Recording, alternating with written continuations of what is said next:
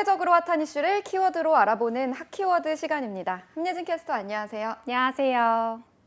네, 요즘 이런 생각하는 분들 많다고 합니다. 바로 금리가 오르는 만큼 내 월급도 좀 올랐으면 하는 건데요.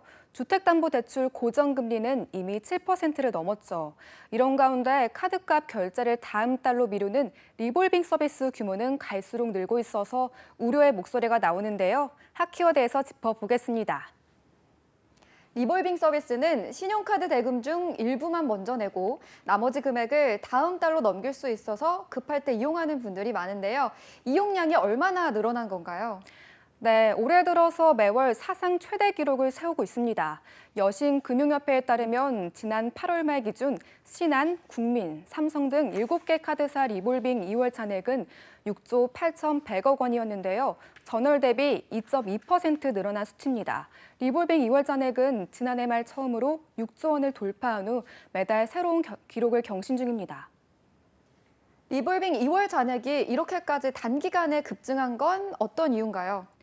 네, 정부의 코로나19 금융 지원 조치가 이뤄진 2020년 2분기 이후 약간 주춤했다가 다시 지난해 2분기부터 가파른 증가세를 달리고 있는 건데요. 여기에 지난 7월을 기점으로 카드론을 쓰면 그만큼 담보대출을 덜 내주도록 제도가 바뀐 것도 리볼빙 급증 요인으로 꼽힙니다. 리볼빙은 예외를 인정받기 때문에 많은 이들이 카드론에서 옮겨 탄 거죠. 가장 큰 문제는 이자가 높다는 건데요. 얼마나 되나요? 네, 맞습니다. 카드론 이자도 비싼데 리볼빙은 2월 된 대금의 법정 최고금리 연 20%에 육박하는 이자가 따라 붙는데요. 그런 만큼 그렇지 않아도 어려워서 리볼빙을 썼는데 나중에 더 큰 폭탄으로 돌아올 수 있다는 거죠. 오히려 빚을 진 금액의 이자를 내기 위해 또 빚을 내야 하는 악순환까지 생기게 되고요. 리볼빙은 계속해서 미룰 수 있는 거로 아는데요.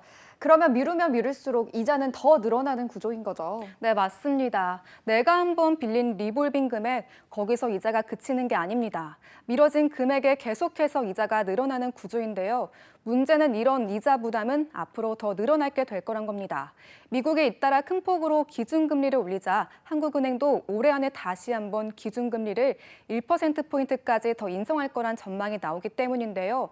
연말까지 어디까지 더 오를지 예측하기 쉽지 않습니다.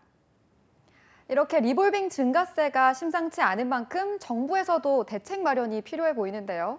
네, 금융당국도 위험성을 인지하고 대응에 나섰는데요. 금융위원회와 금융감독원은 지난 8월 리볼빙 서비스 건전성 관리 강화 차원에서 결제성 리볼빙 서비스 개선 방안을 내놨습니다.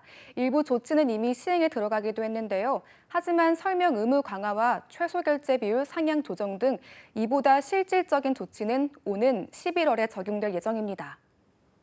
정부의 이런 대책이 효과를 볼 수 있을까요?